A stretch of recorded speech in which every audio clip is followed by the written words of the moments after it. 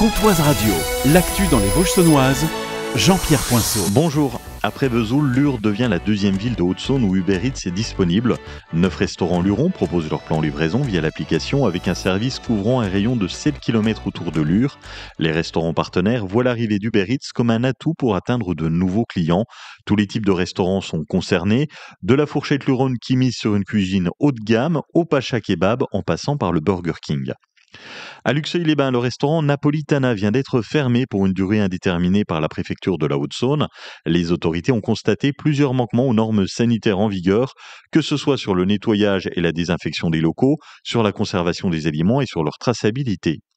La ministre de l'Éducation nationale vient de faire plusieurs annonces à partir de l'année scolaire 2027. Le brevet sera obligatoire pour passer au lycée. Une mise en place d'une épreuve anticipée de maths en fin de première aura lieu, semblable à celle du bac de français. La Haute-Saône passe en risque élevé pour l'influenza aviaire, cette maladie animale qui touche d'autres espèces. Chez nous, 159 communes sont concernées. Les obligations pour les éleveurs, la mise à l'abri des volailles dans ces communes. Les détenteurs de moins de 50 volailles doivent les enfermer. Les éleveurs de 50 volailles et plus doivent les protéger par un système de filets et enfermer la nourriture et l'abreuvement. La mise en place d'autocontrôle par les professionnels afin de détecter ou plutôt une infection est demandée. Le mois du documentaire, c'est en ce moment en Haute-Saône. Vendredi, la médiathèque de Luxeuil-les-Bains présentait le documentaire La disparition des Lucioles, un film consacré au travail des auteurs de bandes dessinées. Particularité, ils ont travaillé sur le thème de la ruralité, la transformation des paysages, l'écologie.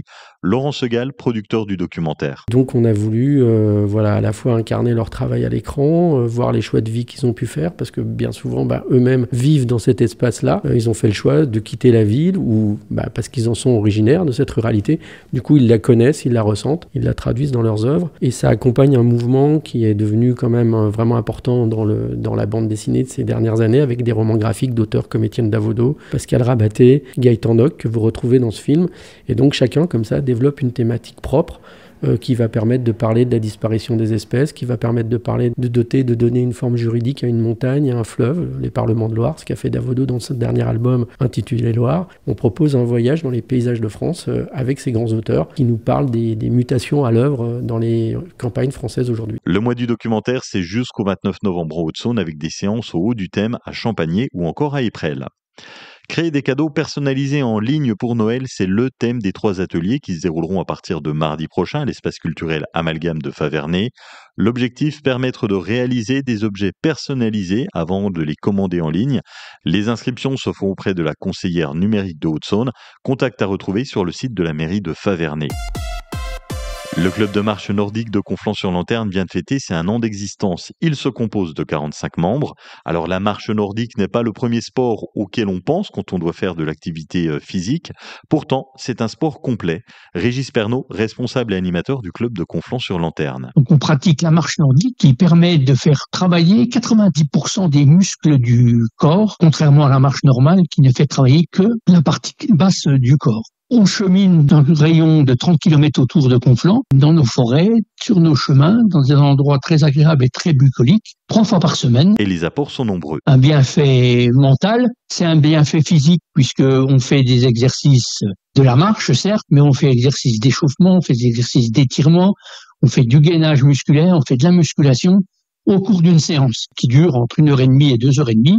Et donc, ça favorise le travail de tous les muscles du corps et toutes les articulations. Le samedi 7 décembre, une opération de découverte de marche est organisée au stade de Conflans-sur-Lanterne.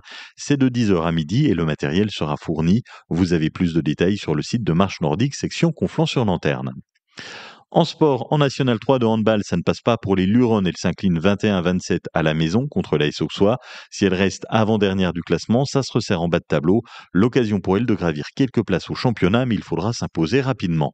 En pré-national de handball, les Luxoviennes seniors féminines l'emportent à la maison, 28-25 contre Pouilly-les-Vignes. Elles ont actuellement 6e à 2 petits points de la première place. Passez une excellente journée sur Comtoise Radio avec la playlist des Vosges saunoises.